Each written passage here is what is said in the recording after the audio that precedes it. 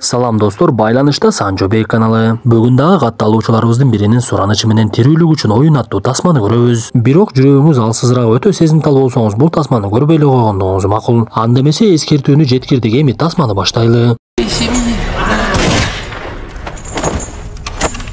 Достор, арабызда кереметтүү Кыргызстанды сагынып, буйруса барсам тоого чыгып, туулган жеримдин абасын тойо жыттайм деп сагынып жүргөндөр аз эмес. Андайлардын көпчүлүгү Москва жергесинде иштеп жүргөн бир туугандарыбыз болсо керек. Эгер сиз дагы Санчо Бей каналын Москва шаарынан көрүп жаткан болсоңуз, биз айта турган байланыш сандарды жаза кетиңиз. Анткени документ жасатыш мөөнөтүңүз келип калган болсо, ошол байланыш сандарга коңгуроо кылсаңыз, алар дайым сиздин кызматыңызда болот. Андыктан жазууга камданып калсаңыз +7 977 540 1042. Тасманын башында сүрөтчү болуп иштеген адам түшүнүксүз жайда суунун ичинде ойгонот. Ал туруп эле бутунун чынжыр менен байланып тургандыгын көрүп эчтекени түшүнбөй дүрбөлөңгө түшүп, айлана чөйрөсү капкараңгы болуп, жанында дагы бир адамдын үнү чыгат. Бир кезде жарык жанып, экөөнүн ортосунда түшүнүксүз адам колуна тапанча кармап алып өлүп жаткан болот. Экинчи колунда болсо үн жазуучу аппарат бар экен. Муну көргөн адам чыдай албай башкача болуп кетсе, экинчи адам Гордон эчтеке деле болгон жок. Көрсө ал адам дарыгер болуп иштейт экен. Адам кыйкырынып эле эмне болгондугун түшүнбөй ызы чууга түшө баштаса, Гордон өзүн токтоп алып жүрүп, ал жерге кантип келип калгандыгын эстей албай акыл эси менен ой жүгүртө баштайт. Мен унаам менен жумуштан үйгө бара жатканмын, андан башка нерсе эсимде жок. Бирок бизди бул жерге алып келген адам өлтүргүсү келсе, буга чейин эле өлтүрүп коймок. Анан дагы ал бул жерге саат дейилип коюптур. Демек ал бир нерсени күтүп жатат окшойт. Сен бул жака кандай болуп түшүп калдың десе, адам жооп берип, мен үйгө келип уктаган элем. Ойгонсом бул жакта болуп калдым. Менин деле эсимде эч нерсе жок деп чөнтөгүн карап эле кагаз таап алат. Кагаздын ичинде кичинекей кассета бар экен. Анда Гордон дагы чөнтөгүн карап, ал дагы өзүнө тиешелүү кассета таап, аны эмне менен угабыз деп жатып, жанагы ортодогу өлүп жаткан адамдын колундагы үн жазуучу аппаратты көрөт. Анда адам көйнөгүн чече калып, ал аппаратты алганга аракет кылып, ваннадагы сууну токтотуучу зымдын жардамы менен аппаратты өзүнө тартып алат. Ал дароо эле кассетаны койсо, кассетада түшүнүксүз үндөр менен бирөө сүйлөп, сен буга чейин бирөөлөрдүн жашоосун аңдап сүрөткө тартчу элең. Эми болсо сенин жашооңду аңдайбыз, сенин өлүмүңө аз эле убакыт калды. Аракетиңди кылбасаң өлүп калышың мүмкүн деп айтат. Бир кезде Гордон өзүнүн кассетасын ыргытса, адам аны дагы салып уга баштап, Гордонго тескерисинче сен 6га чейин адамды өлтүрүшүң керек. Болбосо сенин аялың Элис менен кызың Даяна өлөт. Аракетиңди баштагын, анда эмесе оюн башталды деп эле үн жазуу токтойт. Анда Гордон жанагы кагаздын ичинен бир даана тапанчанын угун таап, андан башка ачкыч дагы табат. Бирок ачкыч алардын бутундагы бир дагы кулпуга түшпөй койду. Следуйте зову сердца. Гордон үн жазууну дагы бир жолу угуп, маселенин кайда жаткандыгын түшүнө баштайт. Ал адамга эки жагыңды карачы, балким бир нерсе табарбыз десе, адам эки жагын карай баштап, ал жерде желим баштыкка оролгон 2 даана темир ара табат. Анда экөө тең шашылып эле чынжырын аралай башташы, бир кезде адамдын арасы сынып калып, Гордон болсо бул ара менен чынжырды 2 күндө да аралап бүтө албастыгын түшүнүп, демек ал бизди чынжырды эмес, бутубузду аралаткысы келип жатат. Мен бул ким экендигин түшүндүм окшойт деп эле адамга башынан өткөн окуяны айтып бере баштайт. Көрсө, буга чейин Дэвид менен Стивен деген тыңчылар өтө коркунучтуу кылмыш ишине күбө болушуптур. Алар ар кайсы жерлерден аргандай ыкмада өлгөн адамдарды табышып, жана ал жерден үн жазуучу аппараттарды табышкан болот. Үн жазууну угушса, өлгөн адамдар берилген тапшырманы аткарып ал жерден чыгуунун аракетин көрүшүп, бирок берилген убакытта жетишпей калышып, ал жерде өлгөн бойдон кала беришиптир. Ошондо имараттардын биринен кол чырак таап алышат. Кол чырактагы манжалардын издери так эле ушу Гордонго тиешелүү болушуп, жанагы тыңчылар Гордонго келип андан сурак алышып, бирок Гордон буюмунун ал жака кандай болуп барып калгандыгын өзү дагы түшүнбөптүр. Кандай болбосун, тыңчылар териштирип Гордондун кылмыш ишине эч кандай тиешеси жок экендигин түшүнүшүп, аны кой берердин алдында Гордон бир окуяга күбө болуп калат. Көрсө, бул кылмыштарды жасап жаткан кылмышкерди чогултуучу деп атап коюшчу экен. Ал өз өмүрүн барктабаган адамдарды тандап алып урдап кетип, ошондой өлүмгө тете оюндарды уюштуруп, буга чейин барктабаган өмүрү канчалык баалуу экендигин түшүндүргүсү келчү экен. Көрсө, тыңчылар ошондой капкандардын биринен тирүү чыккан Аманда деген кызды табышыптыр. Бир кезде Аманда өзүнүн окуясын айтып бере баштайт. Ал бир күнү түшүнүксүз жайда ойгонуп, башында темирдин капталып тургандыгын көрөт. Бир мезгилде эле жанында сыналгы жанып, сенин 1 саат убактың бар. Жаныңда бир адам өлүп жатат, анын ашказанында сага керектүү ачкыч бар. 1 сааттын ичинде ошол ачкыч менен башыңдагы темирди алып салбасаң, ал ишке кирет дагы бетиңди 2ге бөлүп салат. Анда эмесе оюн башталды десе, дүрбөлөңгө түшкөн Аманда эмне кылышын билбей 2 жагын карап, бир адамдын жаткандыгын көрүп, жанындагы бычакты алып саяйын десе, ал адам эч кандай өлүгү эмес эле тип-тирүү экен. Болгону ага өтө көп дары сайып, кыймылсыз кылып коюптур. Кандай болбосун, Аманда анын тирүүлүгүнө карабай ашказанын жарып, ачкычты алып эле башындагы темирди алып салган болот. Бир кезде анын жанына түшүнүксүз бирөө кичинекей шайтан араба менен чыгып, сен эми жашоону баалаганды да түшүндүң окшойт. Бул оюнда жеңүүчү болдуң, кете бергенде эле кетирип жибериптир. Кызыгы Аманда ошол окуядан кийин Баңгизатты толугу менен таштап коюптур. Гордон окуяны айтып бүтүп адамга биз дагы ошол чогулткучтун капканына түшкөн окшойбуз, адамдын жини келип, сен кайдагы эле жомокту айтып жатасың да мен сага кантип ишенемин? Балким бул нерсени сен уюштургандырсың деп эле жанындагы көзгүнү чапкылап, алсынып кеткен кезде анын артында видео байкоо тургандыгын көрөт. Көрсө каармандарыбыз олтурган жерде бирөө сыналгы менен байкап олтурат экен. Бир кезде Гордондун кайрадан мурдагы күндөрү эсине түшө баштап, өтө катуу ооруга чалдыккан Джон Крамер деген адамды дарылап жаткандыгын эстейт. Анан дагы каарманыбыз иштеген ооруканада Зеп деген адам пол жууп иштечү.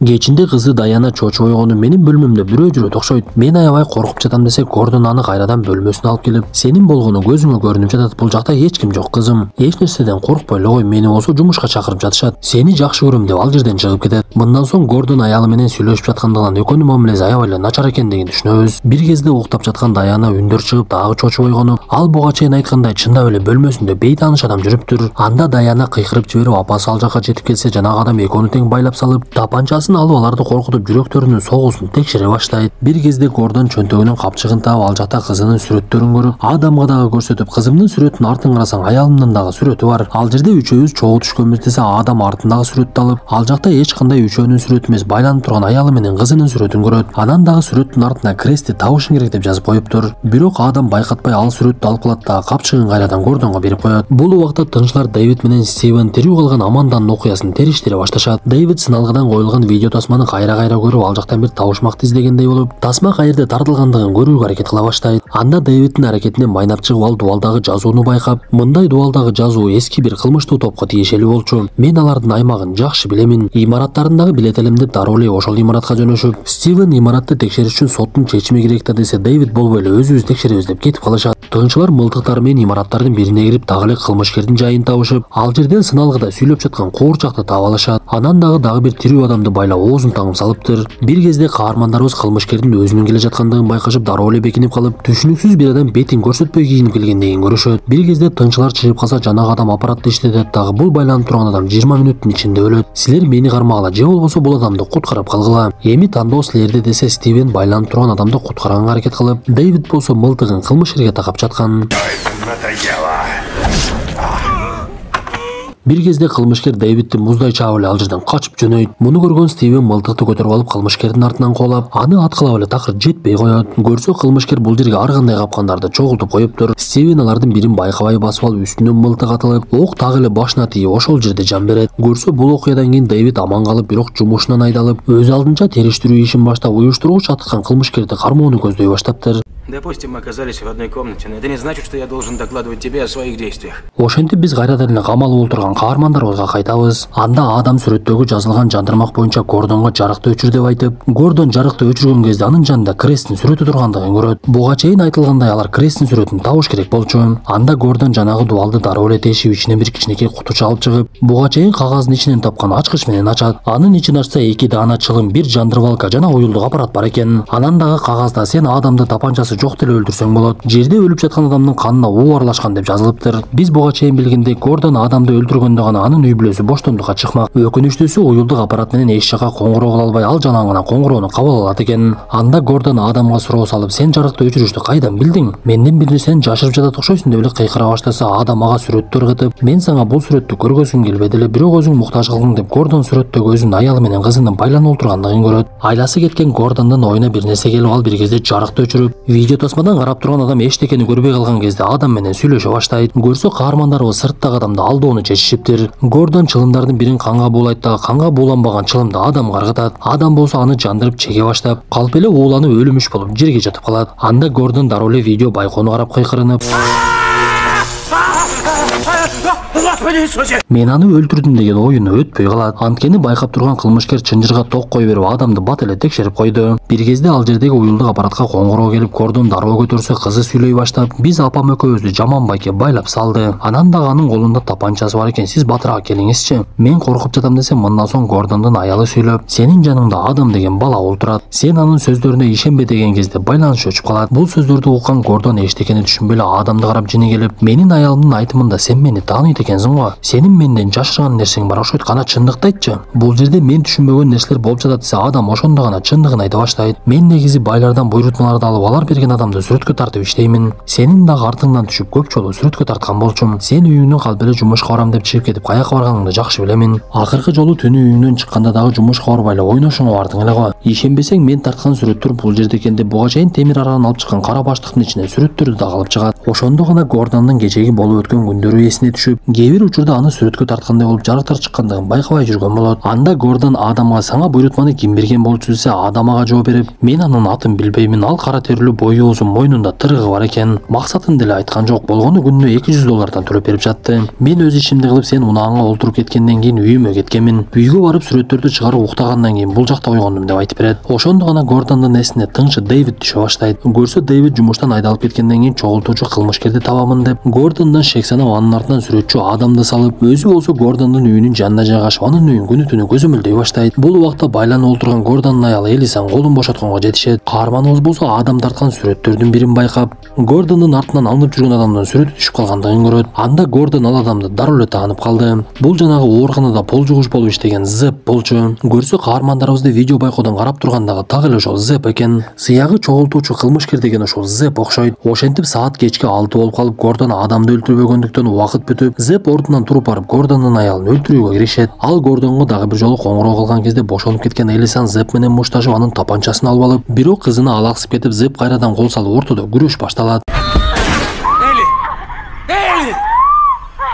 Ошентип тапанча атылып, бул убакта Гордондун үйүн кайтарып олтурган Дэвид ал жакка чуркап, үйүнө жетип келип Зеп менен мушташа баштаган кезде апасы менен кызы убакыттан пайдаланып качып кетишет. Гордон болсо уюлдук аппараттан тапанчанын үндөрүн угуп, үй бүлөмөн айрылдым окшойт деп ойлоп калат. Бул убакта Дэвидден качкан Зеп унаасына олтуруп алып, каармандарыбыз байланып олтурган жака жөнөп, Дэвид дагы анын артынан калбай эле унаасы менен кубалап келе берет. Бир кезде Зеп имараттардын бирине кирип, Дэвид болсо анын артынан калбай. Бул убакта Гордондун уюлдук аппаратына дагы бир жолу коңгуроо келе баштайт. Бирок бул жолу уюлдук аппарат алысыраак жайгашып калып, Гордон такыр эле ал уюлдук аппаратка жетпей, башка аргасы жол экендигин түшүнүп, жанагы темир ара менен бутун аралай баштайт.